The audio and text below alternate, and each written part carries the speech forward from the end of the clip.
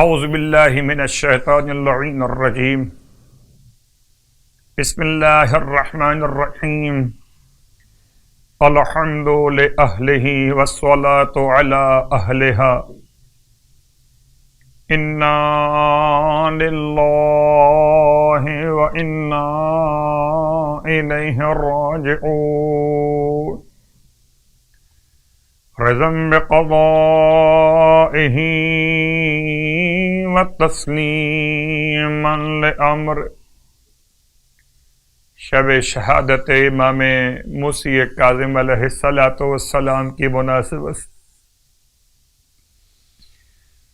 اہل بیت کی خدمت مقدس میں تمام اہل ایمان اہل اسلام کی طرف سے تعزیت اور تسلیت عرض کرتا ہوں۔ خدا مجھے بھی اور آپ سب کو بھی امام موسی کاظم علیہ السلام کے خون کے انتقام کے موقع پر امام منتقم کے غلاموں میں امام منتقم کے ناصروں میں شمار کرے الہی آمین۔ ماہ رجب المرجب ایک ایسا مبارک مہینہ قرار دیا گیا تھا، اس کا احترام زمانہ جاہلیت میں کافر بھی کرتے تھے، لیکن اسی مہینے میں جس میں خون بہانا حرام قرار دیا گیا، اس میں آل محمد کے گھروں میں 25 رجب قیامت کی تاریخ واقع ہوئی، جب سجدہ گزار کو حلیف السجدۃ الطویلہ کو زندان میں قید کی حالت میں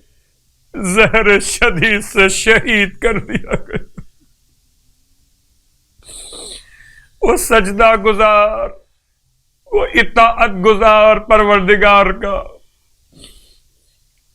وہ لوگوں کے لیے مرادوں کو خدا کی بارگاہ سے متصل کر دینے والا باب المراد، باب الحوائج، وہ قدم الغیث کی منزلت پر فائز رسول خدا کا لخت جگر، اس کا جنازہ مزدوروں نے قید خانے سے نکالا۔ واہ غربت، واہ مصیبت،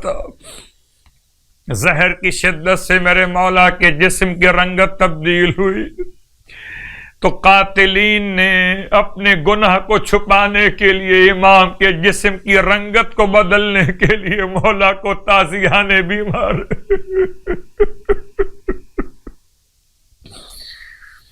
مزدوروں نے اٹھا کے جسم معصوم کو بغداد کے پل پہ رات کے وقت میں ڈال دیا۔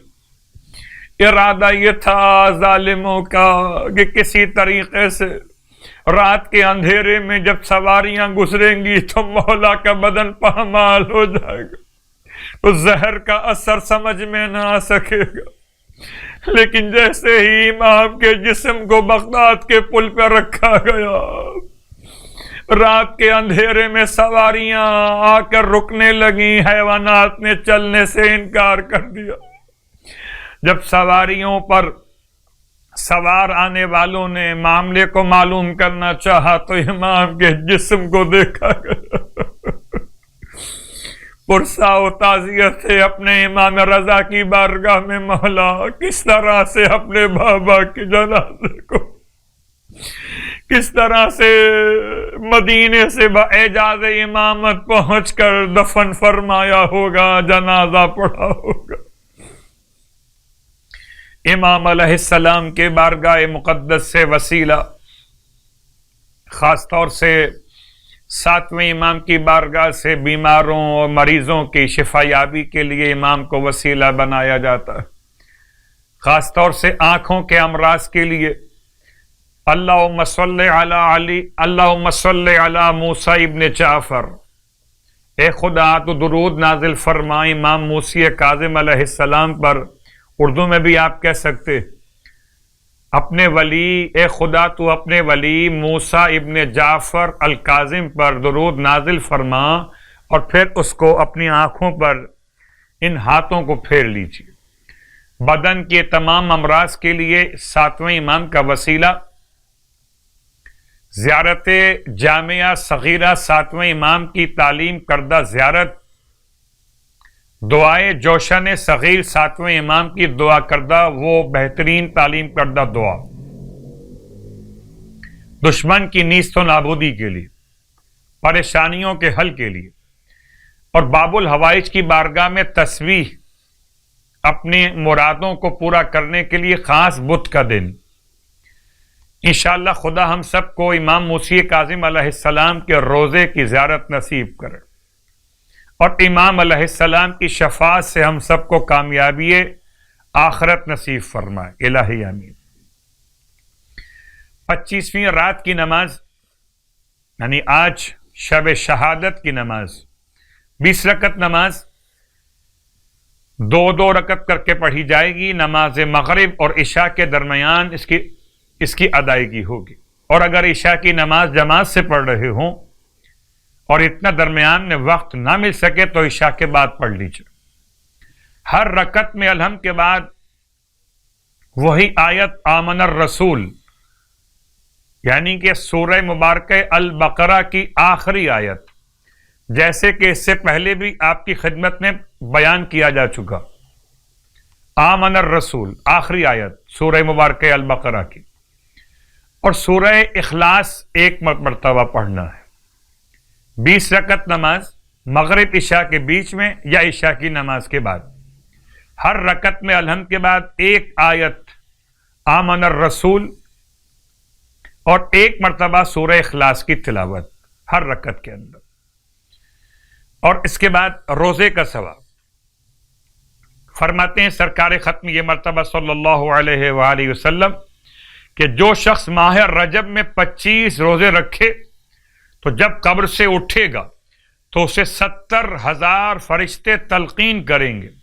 کہ جن کے ہاتھوں میں در اور یاقوت کی چھتریاں ہوں گی، یعنی کہ امبریلاز،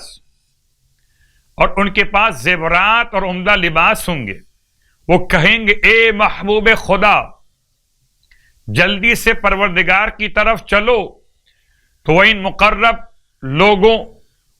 کے ساتھ سب سے پہلے بہشت میں جائے گا۔ یقیناً یہ بہت بڑی کامیابی، سب سے پہلے بہشت میں جائے گا ماہ رجب کے 25 روزے مکمل کر لینے والا۔ خدا کی بارگاہ میں امام موسی کاظم علیہ السلام کے وسیلے سے دعا کرتے ہیں کہ خدا ہر بیمار کو، ہر مریض کو بحق امام موسی کاظم علیہ السلام شفائے کاملہ صحت عاجلہ عطا فرما، اور امام موسی کاظم علیہ السلام کا واسطہ ہمیں تمام تر عبادات، صیام اور قیام کی توفیقات عطا فرمائے، الہی آمین۔